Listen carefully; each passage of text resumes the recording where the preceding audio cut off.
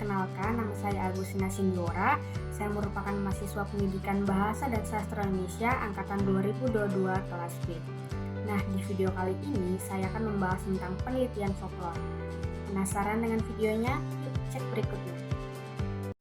Nah, teman-teman, jika kita berbicara tentang penelitian folklore mempunyai bahan kajian ilmu budaya sastra dan sejarah. Berdasarkan jenisnya, secara garis besar, folklore itu terdiri atas 3 jenis, yakni folklore lisan, setengah lisan, dan bukan lisan. Oleh karena itu, folklore dapat dikaji oleh beberapa disiplin ilmu. Ada 3 disiplin ilmu yang lebih dekat dan tepat yang menjadikan folklore sebagai objek kajiannya, yaitu ilmu budaya, sastra, dan sejarah. Nah, mari langkah selanjutnya itu kita bahas metodologi penelitian folklore yang dilakukan oleh ilmuwan sastra. Penulis mengatakan ilmuwan sastra, para penelitian ini adalah akademisi yang berdisiplin ilmu sastra, tetapi bukan sastrawan. Karena orang yang berdisiplin ilmu sastra belum tentu menjadi sastrawan, dan para sastrawan banyak yang bukan berlatar belakang pendidikan ilmu sastra. Penelitian ini dilakukan oleh Heri Jauhari dalam rangka membuat disertai tahun 2015 yang berjudul Cerita Rakyat Panjalu Kajian Fungsi Makna dan Falsafat.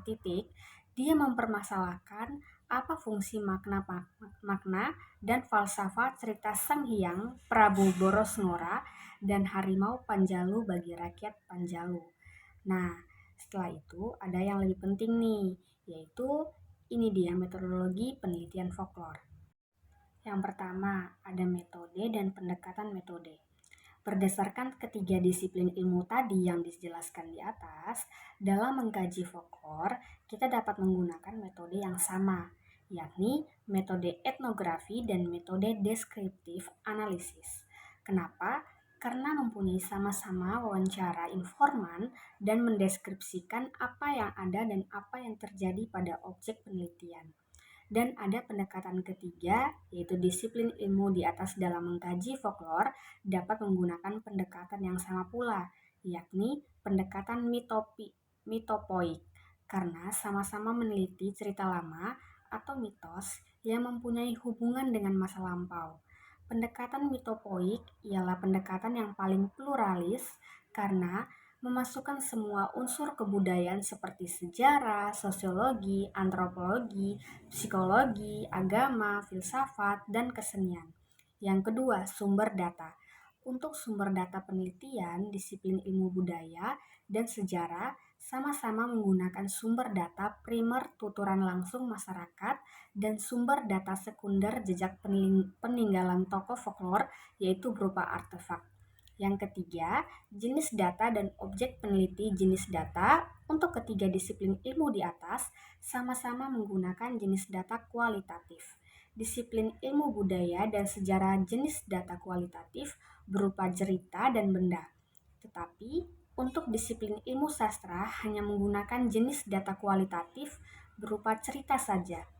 Data biasa dipadankan dengan tanda bukti yang akan dianalisis untuk menjawab pertanyaan penelitian.